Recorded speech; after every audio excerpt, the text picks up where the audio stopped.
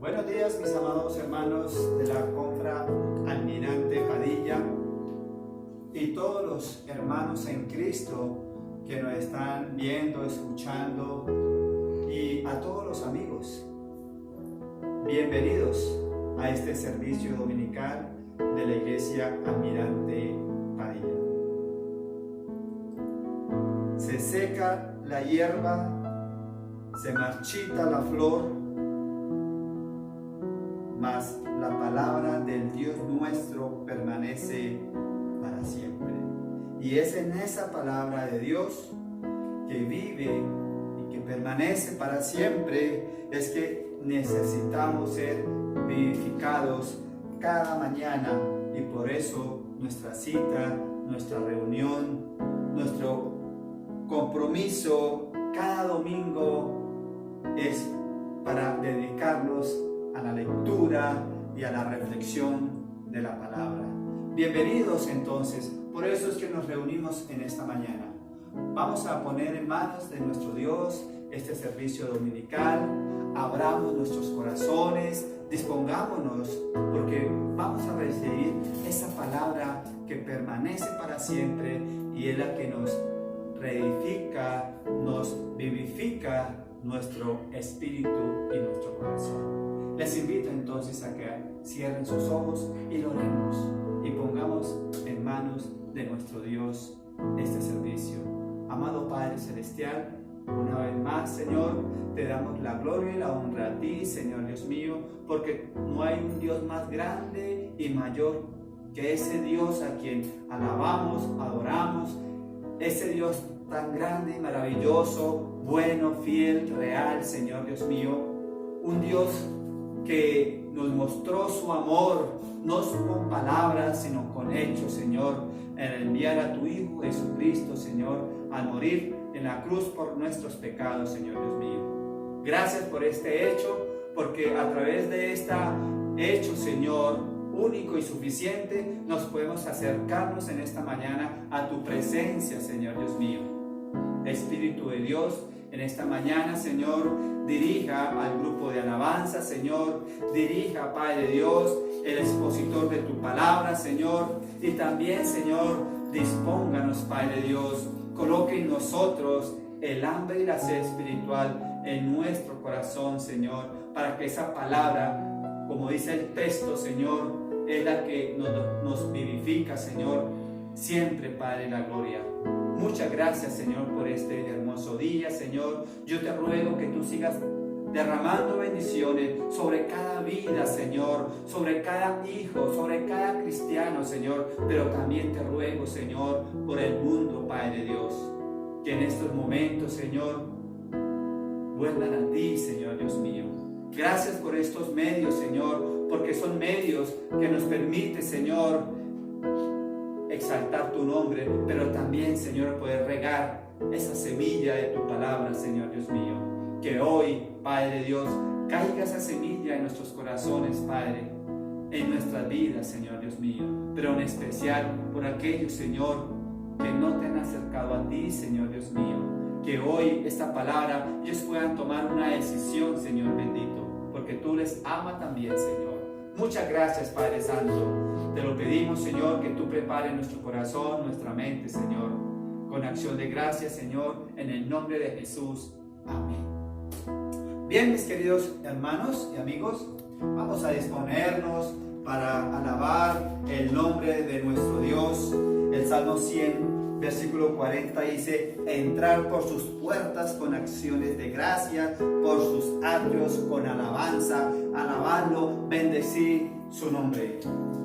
Tenemos la oportunidad, mi querido hermano, de entrar a la presencia de Dios y alabar, glorificar y exaltar el nombre de nuestro Dios. Así que póngase sobre sus pies y alabemos y exaltemos con alegría, con gozo, porque un corazón agradecido alaba así al Señor. Dejemos un poco los problemas, las situaciones y enfoquémonos en las cosas buenas que Dios nos ha dado. Así que alabemos al Señor.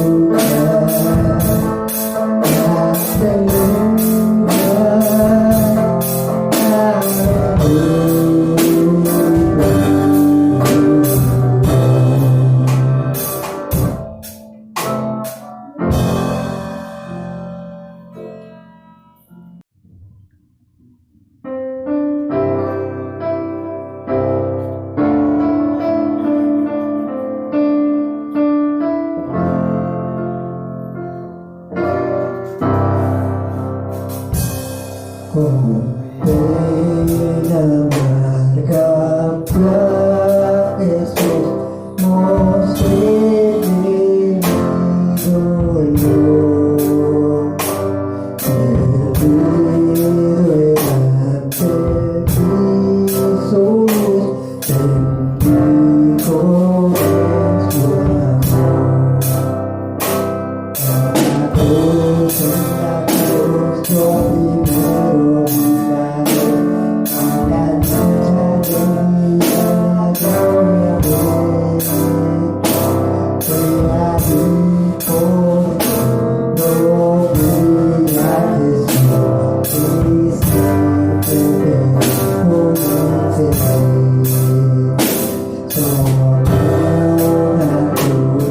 y ven, Señor, su sangre derramó.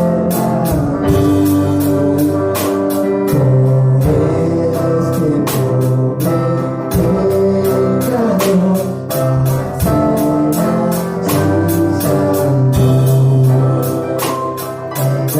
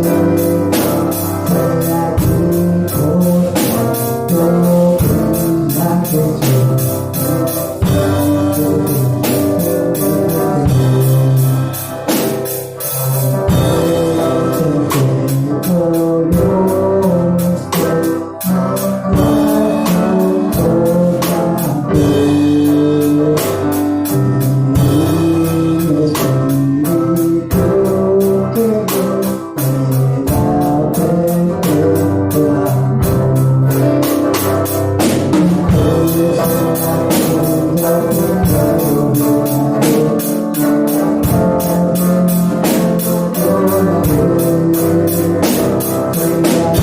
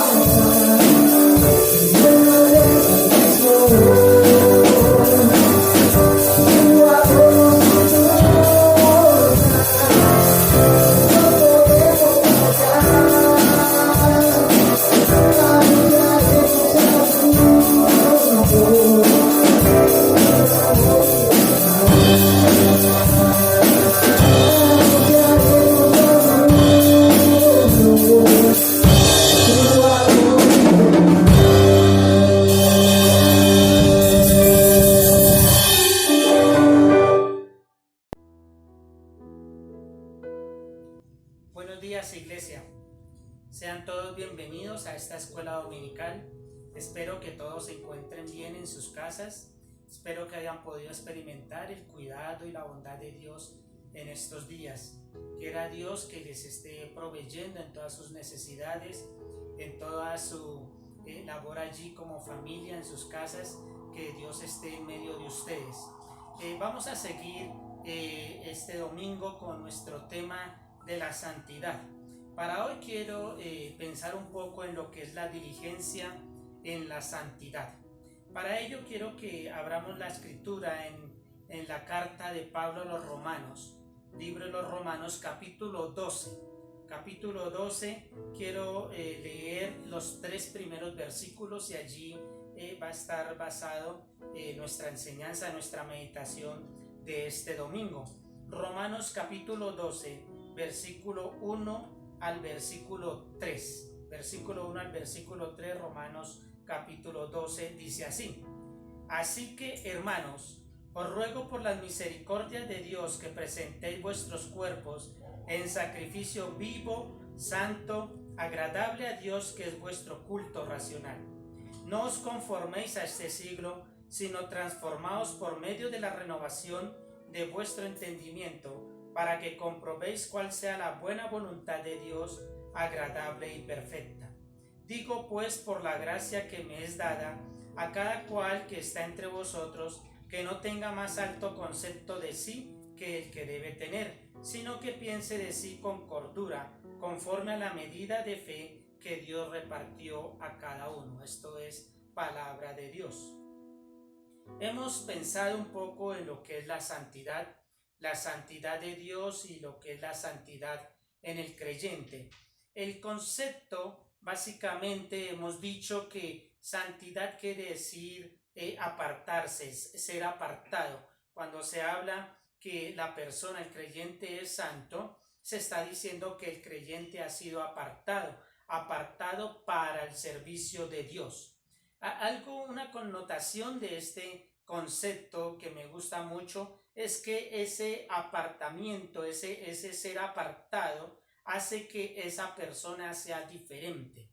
Cuando decimos que Dios es santo, estamos diciendo que Dios es diferente a todo cuanto existe, que Dios es diferente a su creación.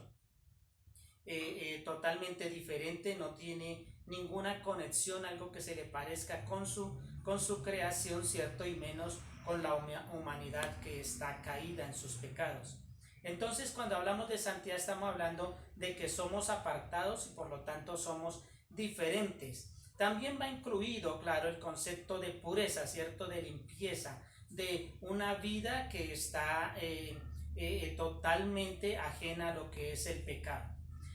Cuando hablamos de la santidad de Dios, más que hablar de un atributo, hemos pensado que la santidad de Dios es la esencia misma del carácter de Dios. La santidad es la esencia misma de Dios. Y al ser la esencia misma de Dios, debemos decir que también es una requisición en el creyente.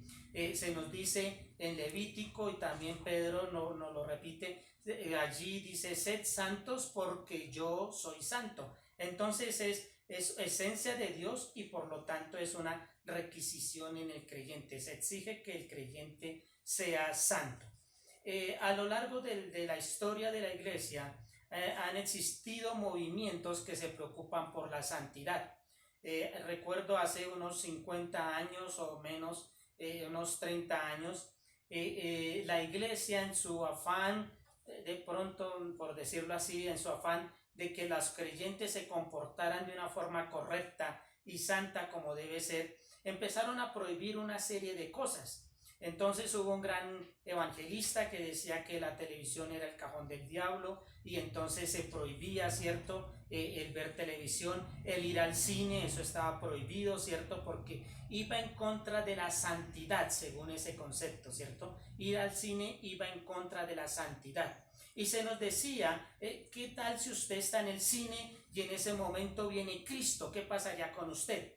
¿Cierto? Entonces es un concepto que estaba allí, poco a poco se ha diluido, pero quiero que tengamos eso en mente. En el caso de la diligencia a la santidad, nuestra diligencia por ser santos, encuentro en el pasaje una motivación. La motivación está en el versículo 1. Se nos dice: así que, hermanos, os ruego por las misericordias de Dios. Entonces, lo que Pablo está diciendo: hermanos, ahora que ustedes han escuchado y han sido enseñados en la misericordia de Dios, que esa misericordia de Dios tenga un fruto, ¿cierto? Tenga un fruto. ¿A qué está hablando de la misericordia de Dios? En las misericordias de Dios, pues entonces a lo largo de la carta de los romanos, Pablo hace una exposición judicial, una exposición, como lo diríamos, legal de lo que es el Evangelio. Y se nos habla de cómo toda la raza humana está condenada. Toda persona que ha nacido en esta tierra es un ser que está muerto en sus delitos y pecados y que está condenado. Pero al mismo tiempo, al hablar de que ha sido condenado, que ya está condenado todo ser humano, se nos habla de la obra de Cristo y se nos habla de la salvación. La salvación en muchas facetas, en muchos aspectos. No solamente que nos libra del infierno, sino que también esta salvación se nos dice que nos justifica. Entonces la vida justa de Cristo, todos sus méritos justos, ¿cierto?, se nos abonan a nosotros. Y entonces somos encontrados justos delante de los ojos de Dios. Y al nosotros llevar la justicia de Cristo, ¿cierto?, y que Dios nos vea por medio de esa justicia, también se nos dice que Cristo pagó el castigo que nuestro pecado, que nosotros merecíamos por nuestro pecado.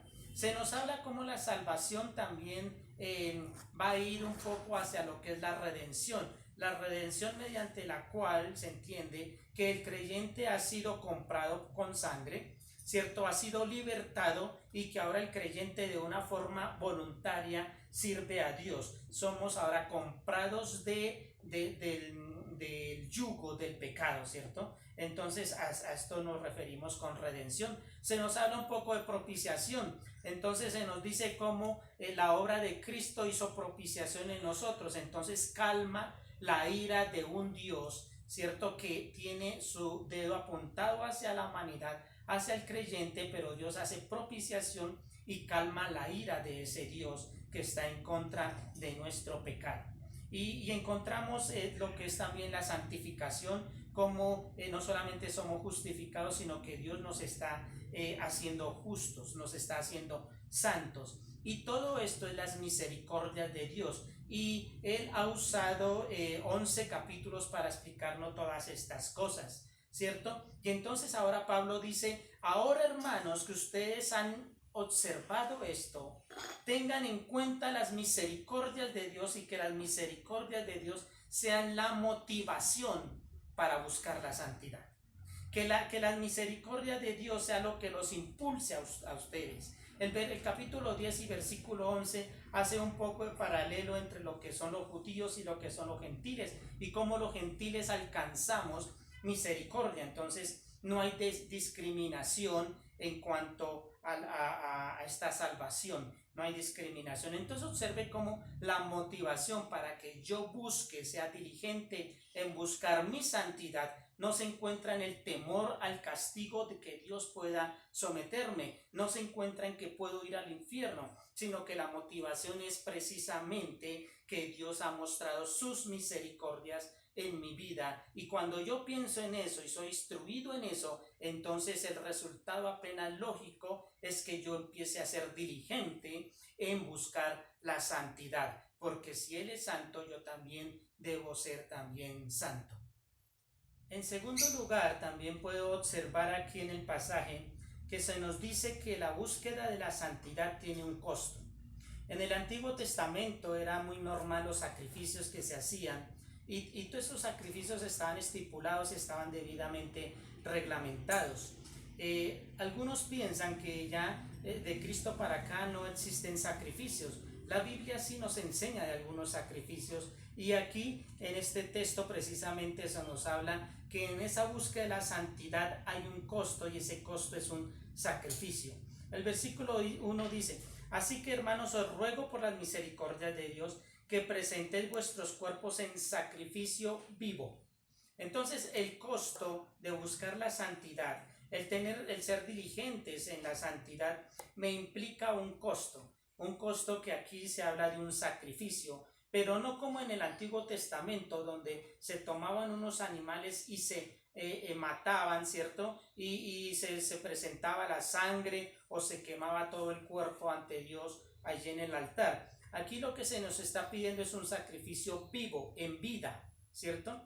Entonces, la búsqueda de la santidad implica una entrega. Yo me entrego mi cuerpo, entrego toda mi vida, y debe ser de forma viva, claro, estoy vivo, ¿cierto? Y con mi vida voy a buscar esa santidad. Es una entrega santa, y es una entrega que es agradable a Dios. Interesante que aquí dice que es vuestro culto racional. En otras versiones, o más exactamente, se habla de un culto espiritual. Entonces, si usted quiere alabar a Dios, quiere adorar a Dios, la adoración implica un sacrificio de entrega. Entonces, si yo soy diligente en buscar la santidad, estoy hablando entonces que soy diligente en entregar mi vida como una adoración a Dios, y esa entrega entonces se constituye en un culto, ahora sí, verdaderamente espiritual. ¿Está bien? En Juan Jesús dice, Dios busca que le adoren en espíritu y en verdad. ¿Qué implica eso? Implica que ese adorador tiene una entrega de toda su vida, y esa entrega implica que su vida ahora va a ser santa y va a ser agradable de acuerdo a lo que Dios quiere. En tercer punto que observo aquí cuando yo busco la santidad, es que al buscar la santidad necesariamente estoy buscando una transformación. Ser diligentes en la santidad implica ser transformados. El versículo 2 nos dice eso: no os conforméis a este siglo, sino transformaos por medio de la renovación de vuestro entendimiento, para que comprobéis cuál sea la buena voluntad de Dios, agradable y perfecta. Entonces, la diligencia que tengo para ser santa tiene una base, tiene una inspiración, una motivación, que es la misericordia de Dios. Implica también un sacrificio, y debo esperar también que haya una transformación en mi vida. Primero se nos dice que es una transformación que trasciende las formas humanas. El creyente va más allá de las formas humanas. O sea que la vida del creyente está más alta que los valores del mundo, está más alta que las reglas del mundo. El creyente ahora no toma la forma de vida que tiene el resto de personas, que tiene el mundo. Esto se debe tener cuidado, porque esa forma del mundo tratan de cobijarnos y moldearnos de una forma sutil. Ahora bien, esa forma de vida lo practican muchos. todos a nuestro alrededor lo practican y muy sutilmente yo empiezo a pensar, ¿cierto? Y a dar sutilmente empiezo a dar campo en mi vida para moldearme también a esa forma de cómo ellos viven, ¿cierto? Aún muchos creyentes viven de ciertas formas que están más acordes al mundo que a lo que enseña Dios. Y yo veo eso y sutilmente me siento inclinado también a tomar esas formas de vida. Una transformación implica ser diligentes en la santidad. Entonces una transformación que va más allá de las formas de cómo vive el mundo. También se me dice aquí en el versículo 2 que para encontrar esa transformación de mi vida debe haber una renovación de mi entendimiento. Una renovación de mi entendimiento. Solamente ese es el mecanismo para que mi vida, mi forma de vida, ¿cierto? Mi estilo de vida sea transformado. Y es por medio de una renovación del entendimiento. Y observe, ya lo hemos dicho, como Pablo ha venido aquí explicando la salvación. Y al hacer eso, entonces Pablo lo que está haciendo es que yo entienda el Evangelio, y en la medida que yo entienda el Evangelio, comprenda lo que Dios ha hecho, entonces mi vida va a ser transformada. Si queremos ser más santos, ¿cierto? Si queremos buscar con más pasión la santidad, necesariamente tengo que entender quién es Dios, qué hizo Dios y cuál es mi posición delante de Dios. Eso es importante tenerlo en cuenta. Solamente el conocimiento de Dios por medio de su palabra puede transformar la vida del creyente para hacerlo más santo, para completar cada día más la obra de santificación en él. Este conocimiento debe basarse en la Escritura, no en conceptos religiosos, porque en la iglesia estamos llenos de conceptos religiosos. En estas pandemias, por ejemplo, hemos tenido que desligarnos un poco de 4 paredes que para nosotros era totalmente santas, ¿cierto? Intocables, pero ahora la iglesia tiene que desarrollarse en la sala, en el comedor de nuestra casa, ¿cierto? Porque había unos conceptos religiosos que nos encerraban allí a nosotros como iglesia solamente dentro de esas 4 paredes llamadas templo o capilla, pero no es así. Y así hay muchos conceptos que están allí pululando, ¿cierto? Que están allí de pronto acechando en nuestras vidas y que realmente muchas veces se convierten en una santurronería, ¿cierto? Un poco de normas allí que no tienen nada que ver con lo que Dios es ni con lo que Dios pide. Entonces nuestro entendimiento debe ser cada día renovado por medio del conocimiento de Dios, y ese conocimiento lo encontramos es por medio de la Escritura, por medio de su palabra. Y se nos dice que en el transcurso de esa transformación nosotros podemos comprender o mejor comprobar la voluntad de Dios. ¿Cómo, según este texto, podemos comprobar la voluntad de Dios? ¿Cómo podemos saber la voluntad de Dios? Solamente el creyente que está siendo transformado puede entenderla. Solamente el creyente que está siendo transformado puede seguir la voluntad de Dios. Y para ese creyente que es diligente en la búsqueda de la santidad, solamente ese creyente puede comprobar cómo la voluntad de Dios es buena, agradable y perfecta. Entonces encontramos aquí en la diligencia, el ser diligentes en la santidad, una motivación, las misericordias de Dios, un costo que es un sacrificio de mi vida, ¿cierto? Y encontramos cómo implica una transformación. Observe que ya estamos vislumbrando cómo la santificación se sale más de unas formas, unas comidas, de una forma de vestir, ¿cierto? Ya estamos vislumbrando que en realidad la santificación va mucho más allá, al interior de mi vida, ¿cierto? Y que exige una entrega. Y eso lo vamos a ver ahora en mi último punto, el 4º punto que sigue en este momento. Entonces, mi 4º punto, observo allí cómo esa santificación, esa búsqueda por la santidad tiene un alcance, llega hasta cierto punto. Observe el versículo 3. Digo pues por la gracia que me es dada a cada cual que está entre vosotros, que no tenga más alto concepto de sí que el que debe tener, sino que piense de sí con cordura, conforme a la medida de fe que Dios repartió a cada uno. Es interesante porque Pablo está diciendo, miren hermanos, les ruego por las misericordias de Dios que sus cuerpos sean entregados, sus vidas sean entregadas en un sacrificio santo, ¿cierto? Les pido que sean transformados, que busquen una transformación, no se moldeen a las formas del mundo, ¿cierto? Sino que haya una transformación y esa transformación se logra por medio de una renovación de nuestro entendimiento. Y luego pasa a decir, hermanos, no tengan un alto concepto de sí mismo, más allá de lo que deben tener. Eso es interesante, porque está tocando nuestro orgullo.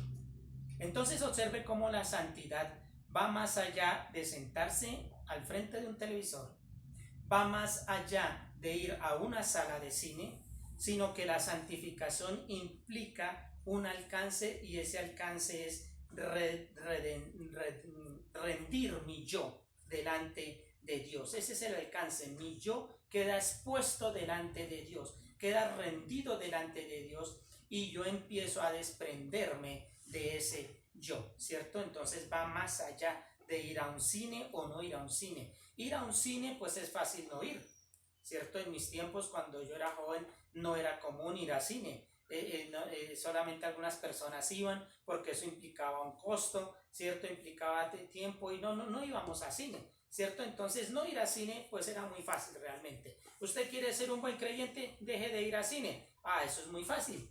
Pero lo que está diciendo aquí el texto es, si usted es diligente en la santificación, a buscar la santificación, usted debe renunciar a su yo.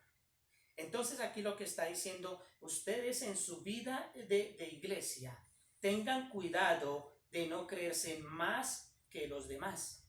Y esto se ve mucho en las iglesias, aún en líderes muy conocidos. Usted puede verlos como muchos líderes no pueden entablar una comunión con sus mismas ovejas, porque están muy arriba, ¿cierto? Y son personas intocables. Es orgullo también. Muchas veces esos puestos en realidad tienen el problema de que esas personas pueden caer en el orgullo, y de seguro muchos son orgullosos. Pablo lo que está diciendo aquí, sean diligentes en la santidad, sean diligentes y tengan cuidado, porque esa diligencia es buscar rendir mi yo.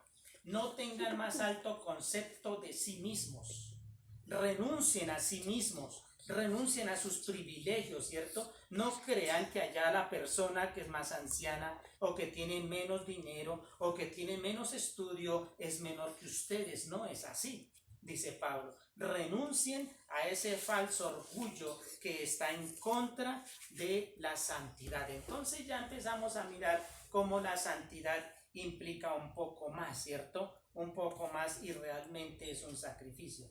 Quiero finalmente ir a Gálatas capítulo 5, que es un versículo, un texto muy conocido. Versículo 16 al versículo 24, lo voy a leer, dice: digo pues, andad en el Espíritu y no satisfagáis los deseos de la carne. Lo que está diciendo es, busquen andar guiados por el Espíritu Santo, y en la medida que ustedes sean guiados por el Espíritu Santo, sus inclinaciones hacia el mal van a disminuir. Eso es lo que dice aquí. Porque el deseo de la carne es contra el Espíritu, y el del Espíritu es contra la carne, y estos se oponen entre sí para que no hagáis lo que quisierais. Pero si sois guiados por el Espíritu, no estáis bajo la ley. Y manifiestas son las obras de la carne, que son adulterio, fornicación, inmundicia, lascivia. Todos esos son pecados visibles, todos esos son pecados grotescos, ¿cierto? Idolatría, hechicerías. La idolatría es en sí realmente parte como de un culto a Satanás, ¿cierto? Idolatría, hechicerías, y luego dice enemistades, pleitos, celos, iras, contiendas, disensiones, herejías, envidias, homicidios, borracheras, orgías y cosas semejantes a estas,